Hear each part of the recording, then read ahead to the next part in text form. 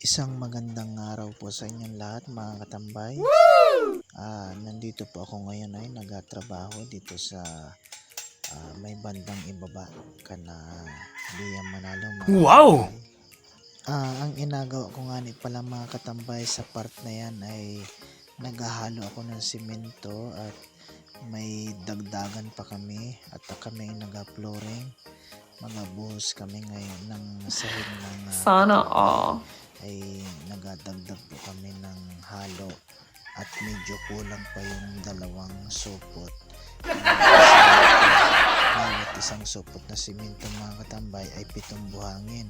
Ay di bali dun sa dalawang supot na yun ay bali 14 buhangin ay kinulang pa rin dun sa inaploringan namin mga katambay. Ang sukat nung inaploringan namin ay 7 by 10 mga katambay, kaya kulang yung dalawang supot na aking hinalo kanina, kaya nagdagdag po ako ng 3 buhangin at kalahating supot na simento mga katambay. Aha! Kaya kung magpapatrabaho kayo sa amin mga katambay ay ganito lang po kadali ang trabaho namin. Magaling kang kupal ka. Hirap yung mga katambay. Ayaw, di ba? Mainit ang panahon. Ay nagnasan ako ng pawis dyan mga katambay sa part na yan. Kaya pinipilit ko lang para may kita pang araw-araw at may pangangailangan magamit sa amin sa pang araw-araw mga katambay. Dalawang araw lang ako dyan. Ay last day ko na ngayon.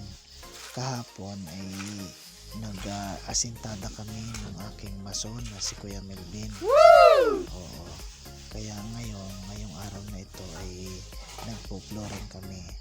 Kinuha lang nila ako para mag-flooring mga katambay dahil yung ibang gawain ay medyo kahit madali pa paano ay lamang. apagbutihin mo Kayang-kaya yung trabaho namin at kahit gawin baga yun, mga 2 araw ka na dyan at kaya ikaw ay last kinuha quarter lang na ako, eh. kumbaga, sa Haigihin mo. pag-acting ay Ayusin mo extra lang lang yung ako halo. mga katambay.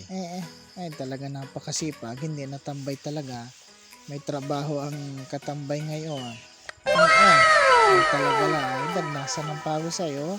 Hala, sa Ayaw, di ba? Ay nako. Ay para maging kwarta na maya yan. Napakainit lang talaga. Ay hindi ko nga ninainda yung init dyan at para mayari-yari ng aming naploringan no. Ay hindi ko talaga napakainda yung init. Ay pag mapahinga naman ay nakaw ay hindi matatapos ang aking ginagawa. What? Ay si Kuya Melvin pati nag-aintay na rin na yun. Talaga lang. Kaya bilis-bilisan ko na. Kaunti naman na yung yung aking taktakan ng halo at kaunti na yung ipagpupuluringan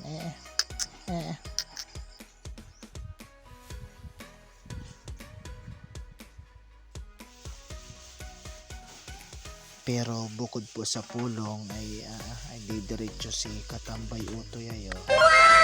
Utoy saklota yan para mahalo na yan at mayari-yari na yung ating inagawa at ating inaploringan ay para matapos-tapos na at malipatan na raw nung may-ari at inamadali-madali na mga katambay. Kung may init na si Utoy ay hala Utoy, tiis-tiisa yung init at na kaunti Ayaw, di ba? tatlong buhangin yan tapos akalatang supot simento ay ilang sakwat mo yan ay kung yan ay patagalin mo ay ikaw ay babad Gago! babad at nandyan yung may-ari ay talaga lang wag nga patamad-tamad Utoy at mainit ang panahon ay maya ay mamarienda na nagaintay pati yung ating mason ay talagang gulpihin mo yan ay laga-lagaan na yan at saka haluin mo na maigi yan ng mayari-yari na yung inagawa natin matagal-tagal din ilang araw ka na dyan Utoy ay 2 ay ngayon ay last day na kaya bilis-bilisin yang init din ay siguradong taktak ang pawis mo dyan ay pasensya Ayaw, di ba? na ikaw inatabi na May trabaho utoy. Bago maya-maya ay ang lakas mong mamerinda. Ano na Gago! ay talaga lang. Ayan nga ni pala mga katambay, si Kuya Melvin ay nagabuli ni Ray. Ibig sabihin nagabuli, inapantay niya yung Sana ito all. yung pinuloring namin, yung binuhusan naming sahig. Oo.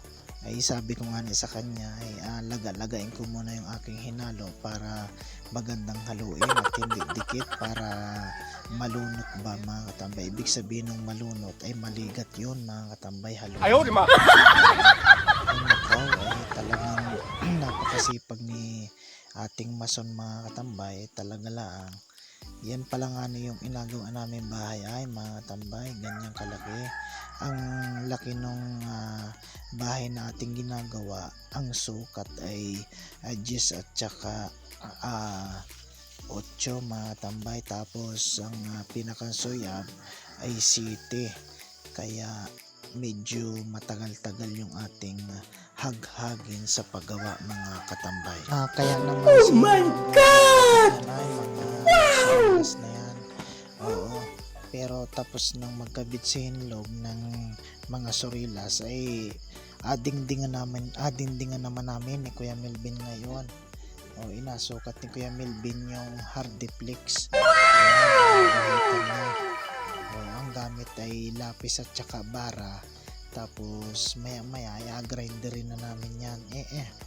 Ay talaga lang. Sa part nga ni pala ngayon na yan mga katambay, ayaw pa ni Kuya Melvin magpa video. Gago! Araw ako na video. Sabi ko naman ay saglit lang naman yan.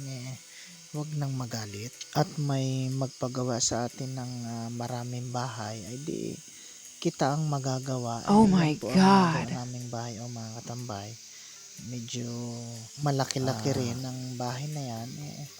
Kaya medyo matagal-tagal pa rin yan mga katambay.